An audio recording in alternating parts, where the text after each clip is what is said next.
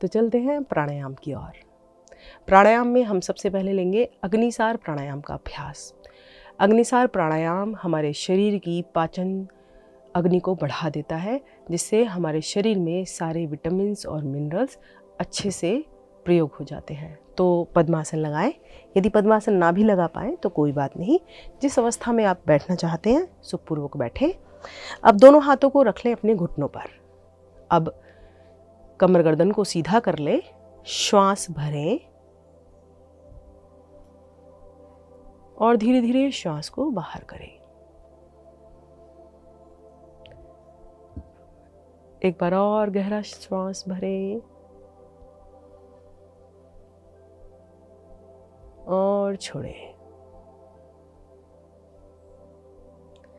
अब क्या करेंगे, खाली श्वास में आपको अपनी नाभि को दोलन करना है, मतलब टमी को बार बार अंदर की तरफ टक करना है और ये खाली श्वास में आपको करना है। श्वास को बाहर करके अपनी क्षमता के अनुसार।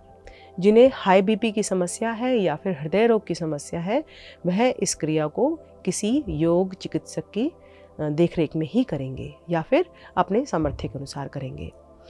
अग्निसार की क्रिया यदि आप सुबह करते हैं, सुबह प्रातःकाल में करते हैं, तो आपके लिए इतनी ज़्यादा नुकसानदायक नहीं होती। किंतु यदि आपने दोपहर के समय में अग्निसार क्रिया की तो आपका बीपी बढ़ सकता है, तो इसलिए विशेष ध्यान रखें। तो चलिए, जिन्हें बीपी की समस्या है केवल उन्हीं के लिए निर्देश है, अन्यथा सभी कर सकते हैं। कमर गर्दन सीधी, श्वास भरा, श्वास को बाहर किया और गर्दन को हल्का सा झुकाया और टमी को बार बार अंदर की तरफ खींचा, मतलब पेट को अंदर की तरफ, नाभि को अंदर की तरफ खींचा। चलिए स्टार्ट करते हैं।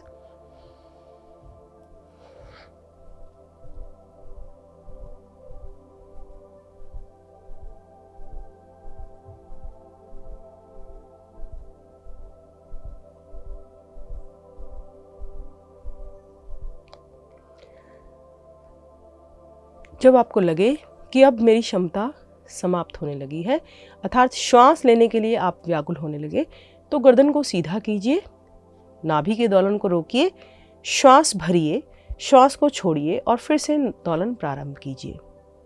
अग्निसार प्राणायाम आपके लिए बहुत लाभकारी है। इससे आपके शरीर में पेट की चर्बी भी कम हो जाती है तथा आपका जो पाचन क्रिया है वह दुरुस्त हो जाती है। पुराने से पुराने कब्ज़ को हटाने में यह बहुत ही सहायक है। तो चलिए फिर से करते हैं अग्निसार प्राणायाम की क्रिया। कैसे करना है, श्वास को बाहर कीजिए, गर्दन को झुकाइए और नाभि का दोलन।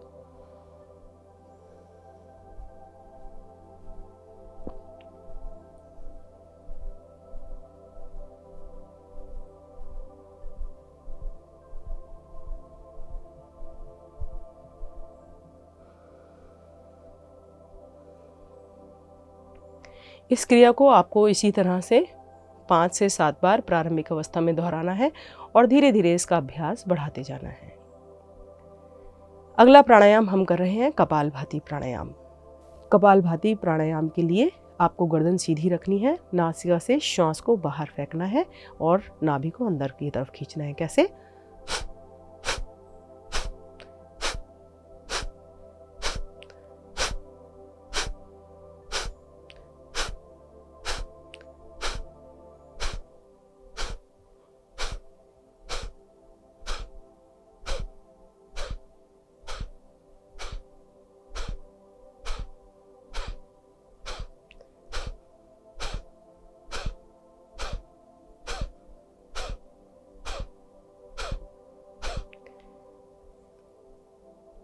धीरे धीरे अधिकतम श्वास को बाहर कीजिए। गर्दन को झुकाकर जलंधर बंद लगाइए, पेट को अधिक अंदर की तरफ खींचकर उड्डान बंद लगाइए और मूल बंद आपका पहले से लगा हुआ है, यदि खुल गया है तो लगा लीजिए। तीनों बंद लगाइए, मूल बंद नीचे से, उड्डान बंद बीच में, जलंधर बंद, गर्दन को झुकाकर जलंधर बंद लग जाता है। अब सभी श्वास को बाहर कर अपने अपने सामर्थ्य के अनुसार रुकेंगे।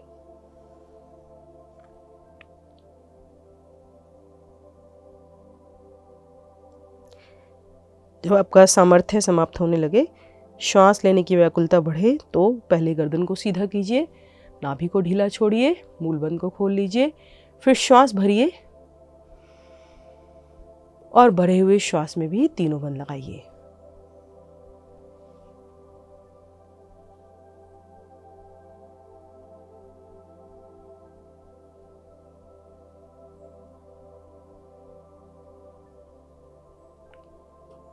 धीरे धीरे आएंगे वापस, शांत बैठें, गहरा श्वास भरें और छोड़ें। अगला अभ्यास करते हैं हम पलावनी प्राणायाम का। पलावनी प्राणायाम के लिए आप किसी भी आसन का चयन कर सकते हैं। अब आपको क्या करना है, घूट घूट करके श्वास को भरना है अपने अंदर, फिर कुछ क्षण रुकना है और फिर एक साथ पूरे श्वास को बाहर की तरफ उड़ेल लेना है। कैसे करते हैं, देखिए, होठों को गोल कीजिए और श्वास को जैसे आप घूट घूट कर पानी पीते हैं वैसे ही श्वास को अंदर लीजिए। कैसे,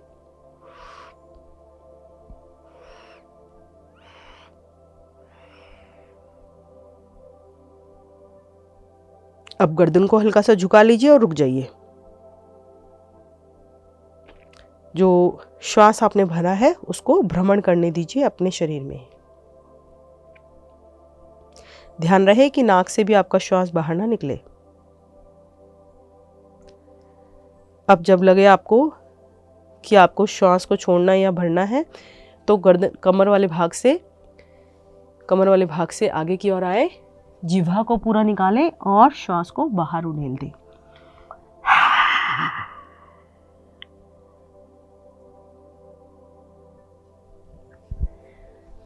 इसी क्रिया को दोहराएंगे। श्वास को धीरे धीरे अपने भीतर ले जाएं, भरे,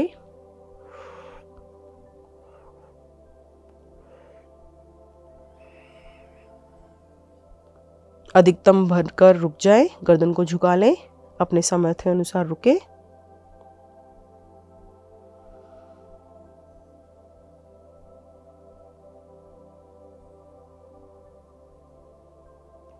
जब व्याकुलता बढ़े तो निचली कमर से आगे की ओर आए, जिह्वा को पूरा बाहर निकालें, मुंह को खोलें अच्छे से और श्वास को अपने आसन पर उड़ेल दें।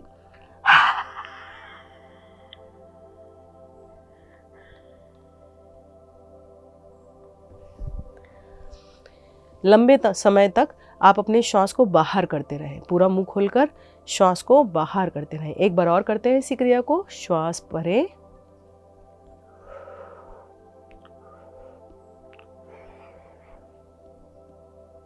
रुके,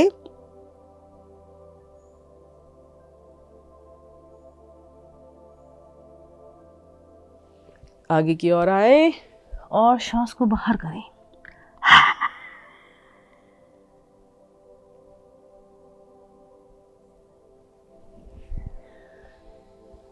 तो ये था पलावनी प्राणायाम। पलावनी प्राणायाम के बाद आप भ्रामरी प्राणायाम कीजिए। भ्रामरी प्राणायाम के लिए पहले षटमुखी मुद्रा बनाइए। पहले दोनों उंगलियां पलकों पर, तीसरी नासिका पर, चौथी ठोड़ी पर, कान अंगूठे से बंद, श्वास भरे।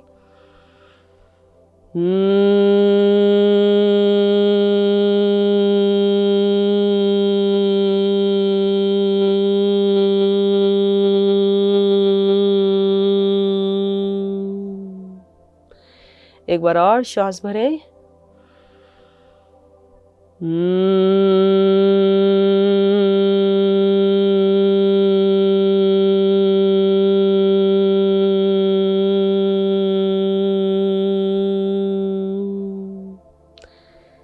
धीरे से दोनों हाथ नीचे ले आए, शांत रहें,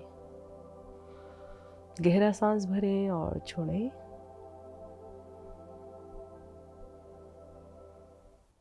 तो अब हम बात करते हैं अपने भोजन की। विटामिन डी की कमी को हम 2 तरीकों से दूर कर सकते हैं। पहला अपने भोजन से और दूसरा सूर्य के प्रकाश से, अर्थात धूप से। विटामिन डी को धूप विटामिन भी कहा जाता है। हमारे भोजन में हमें केवल 20% ही विटामिन डी प्राप्त होता है और बाकी का 80% हमें सूर्य के प्रकाश से मिलता है। यदि हम कम वस्त्र पहनकर डायरेक्ट सूर्य के प्रकाश में अपने आप को लाते हैं, संपर्क में हमारी त्वचा आती है, सूर्य के प्रकाश के संपर्क में हमारी त्वचा आती है, तो हमारे शरीर के अंदर का जो कोलेस्ट्रॉल है वह सूर्य के प्रकाश के साथ मिलकर विटामिन डी का निर्माण करता है और जो बाद में लीवर और गुर्दों में जाकर सक्रिय रूप धारण कर लेता है। क्योंकि आजकल की दिनचर्या में हम पूरा दिन धूप से बचते रहते हैं, इसीलिए हमें विटामिन डी की कमी हो गई है। आप हफ्ते में 7 दिन ना सही, लेकिन 4 से 5 दिन 15 मिनट के लिए धूप का सेवन अवश्य करें। सूर्य का प्रकाश महिलाओं के लिए अधिक उपयोगी है, क्योंकि महिलाओं में जो मेलानिन नामक हार्मोन है जो कि नींद के लिए रिस्पॉन्सिबल होता है, उस हार्मोन को सूर्य का प्रकाश नियंत्रित करता है और सेरोटोनिन का निर्माण करता है, जो कि भूख, याददाश्त और तनाव को दूर करने में मदद करता है। महिलाएं यदि धूप का सेवन करते हैं तो उन्हें मासिक धर्म से संबंधित समस्याएं भी उनकी समाप्त हो जाती है। यदि भोजन की बात करें तो भोजन में हमें दूध, पनीर, दालें, हरी सब्जियां इनका सेवन करना है, जिससे आपके विटामिन डी की कमी दूर हो जाएगी। विटामिन डी की कमी के लिए आपको ऐसे हरी पत्तेदार सब्जियों का उपयोग करना है, जैसे ब्रोकली में आपको विटामिन डी मिलता है। तो चलते हैं अपने घरेलू नुस्खे की ओर। आज का घरेलू नुस्खा है गाय का दूध। जी हाँ, यदि आप गाय का दूध पीते हैं तो आपको विटामिन डी की कमी से नहीं जूझना पड़ेगा। इसके अलावा यदि आप गाय के दूध का इंतज़ाम नहीं कर पाते हैं आपकी सहूलियत के हिसाब से, तो मूली के